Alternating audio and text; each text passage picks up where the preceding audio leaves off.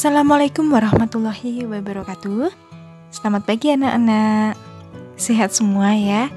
Jangan lupa selalu berolahraga dan berjemur di tiap pagi, dan selalu jaga kesehatan, oke? Nah anak-anak, jangan lupa juga untuk berdoa sebelum kita memulai pembelajaran pada pagi hari ini. Anak-anak, saat ini anak-anak sedang melihat sebuah gambar. Gambar ini menunjukkan tentang keberagaman budaya di Indonesia. Anak-anak diminta untuk mencari bangun datar sebanyak mungkin di gambar ini. Ayo, bisa tidak? Nah, pintar anak-anak. Ya, Bu Dewi akan menunjukkannya. Nah, di lingkaran merah yang Bu Dewi beri di gambar ini mencontohkan beberapa bangun datar yang terdapat di gambar ini ya. Anak-anak tentu masih ingat dengan bangun datar ya. Bangun datar segi banyak. Itu yang akan kita pelajari pada pembelajaran kedua ini. Anak-anak tentu bertanya-tanya ya, apakah segi banyak itu? Ada yang tahu? Ya betul, segi banyak adalah kurva tertutup yang dibatasi oleh garis. Kurva sederhana tertutup yang dibatasi oleh garis yang disebut dengan segi. Mari kita lihat penjelasannya ya anak-anak. Sama dibuka bukunya, dibaca dan diperhatikan, oke? Nah, segi banyak adalah suatu kurva sederhana yang tertutup yang dibentuk oleh garis-garis. Garis-garis yang membentuk segi banyak ini ya dinamakan sisi. Berikut adalah contoh dari segi banyak dan bukan segi banyak. Pada gambar yang atas, anak-anak bisa melihat yang dimaksud dengan kurva sederhana tertutup. Bedakan dengan gambar yang bawah, gambar yang bukan contohnya ya, yang bukan segi banyak. Kalau pada gambar yang bukan segi banyak, garisnya itu tidak menutup sempurna, maka tidak bisa disebut sebagai segi banyak. Jadi ada anak sudah paham ya, gambar yang atas itu bisa disebut segi banyak karena garis-garisnya menutup sempurna membentuk suatu segi banyak. Sedangkan lingkaran tidak disebut sebagai segi banyak karena hanya terdiri dari satu sisi dan garisnya lengkung. Nah, seperti yang Bu Dewi contohkan pada gambar yang pertama, yang berwarna hijau ya anak-anak, itu bukan termasuk bangun segi banyak. Kenapa? Karena bangun datar tersebut terdiri dari satu garis lengkung. Ya, bisa dilihat jelas ya anak-anak bahwa itu bukan segi banyak. Sedangkan pada gambar yang kedua, bangun datar yang disebut jajar genjang yang berwarna kuning. Ya anak-anak, itu adalah contoh dari segi banyak. Kenapa? Karena garis-garisnya ya atau yang lebih lanjut nanti disebut sebagai sisi menutup dengan sempurna. Dan tidak ada garis lengkung yang membentuk bangun datar tersebut. Pada gambar di bawahnya, di bawah yang jajar genjang tuh ya, gambar awan, itu bukan segi banyak anak-anak. Karena apa? Ya, karena terdiri dari beberapa garis lengkung. Itu bukan ciri-ciri dari segi banyak. Jadi bangun datar tersebut bukan merupakan segi banyak.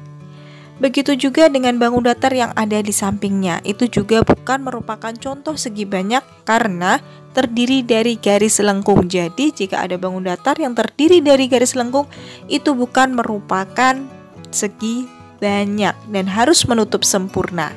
Paham ya anak-anak? Anak-anak memang hebat semua. Ini adalah tugas pertama pada pembelajaran kedua. Anak-anak diminta untuk menggambar contoh bangun datar atau contoh yang bukan segi banyak ya. Lalu anak-anak juga diminta untuk menggambar segi banyak sebanyak 3 gambar. Lalu anak-anak juga disuruh untuk menyebutkan definisi segi banyak ya. Jadi itu nanti dikerjakan.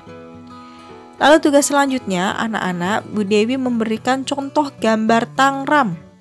Nah, itu adalah tangram. Tangram itu apa? Anak-anak nanti cari di buku dan dikerjakan di kertas folio. Seperti contoh berikutnya nanti, anak-anak akan melihat contoh tangram yang membentuk bukan hanya bentuk hewan saja anak-anak.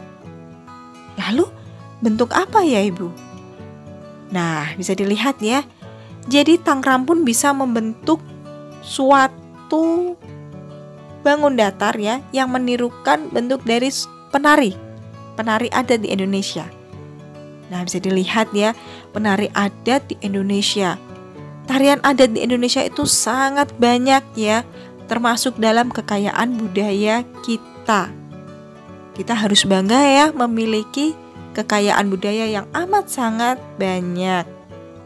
Salah satu kekayaan budaya kita yang berupa tarian adat adalah tarian Bungong Jiumpa yang berasal dari mana anak-anak? Iya pinter, dari Aceh ya. Tarian Bungong Jiumpa itu berarti tarian bunga cempaka.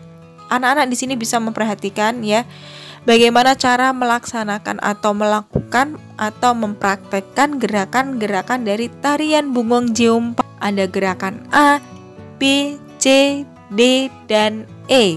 Anak-anak bisa membacanya di buku ya dan dipahami. Nah, anak-anakku yang hebat, kalau kita tadi melihat ternyata tarian itu begitu banyak, tarian adat di Indonesia itu begitu beragam, karena kita begitu kaya akan budaya ya. Itu menandakan bahwa kita itu berbeda-beda. Masih ingat dengan semboyan bangsa Indonesia? Bhinneka Tunggal Ika. Berbeda-beda tetapi tetap satu jua. Berbeda itu indah. Indonesia memiliki keberagaman suku dan juga segala budayanya, tentunya yang terikat oleh rasa nasionalisme yang menjunjung tinggi persatuan dan kesatuan bangsa Indonesia. Nah, selanjutnya ada lagi tugas ketiga pada pembelajaran kedua. Anak-anak diminta untuk mengidentifikasi keberagaman ya di Indonesia. Ada 5 provinsi yang anak-anak perlu identifikasi keberagamannya, mulai dari bahasa, makanan, alat musik, pakaian daerah, dan lain-lain. Tabel ini anak-anak kerjakan di kertas folio atau kertas, dan jangan lupa dijadikan satu map portofolio. Dikumpulkan pada hari Senin, tanggal 27 Juli, jam 9 di sekolah. Orang tua yang mengumpulkan ya anak-anak. Dan berikutnya ini juga ada tugas yang keempat pada pembelajaran kedua ini. Ada 5 soal. Anak-anak juga harus mengerjakannya di kertas folio itu ya. Nah, anak-anak, selamat belajar di rumah. Jika ada yang kurang jelas bisa ditanyakan langsung melalui media online yang sudah kamu miliki. Tapi jika tidak memilikinya jangan khawatir, minta orang tua kamu konsul di sekolah. Jaga kesehatan, pakai masker, selalu cuci tangan pakai sabun, jaga jarak, kalau bisa di rumah saja. Wassalamualaikum warahmatullahi wabarakatuh.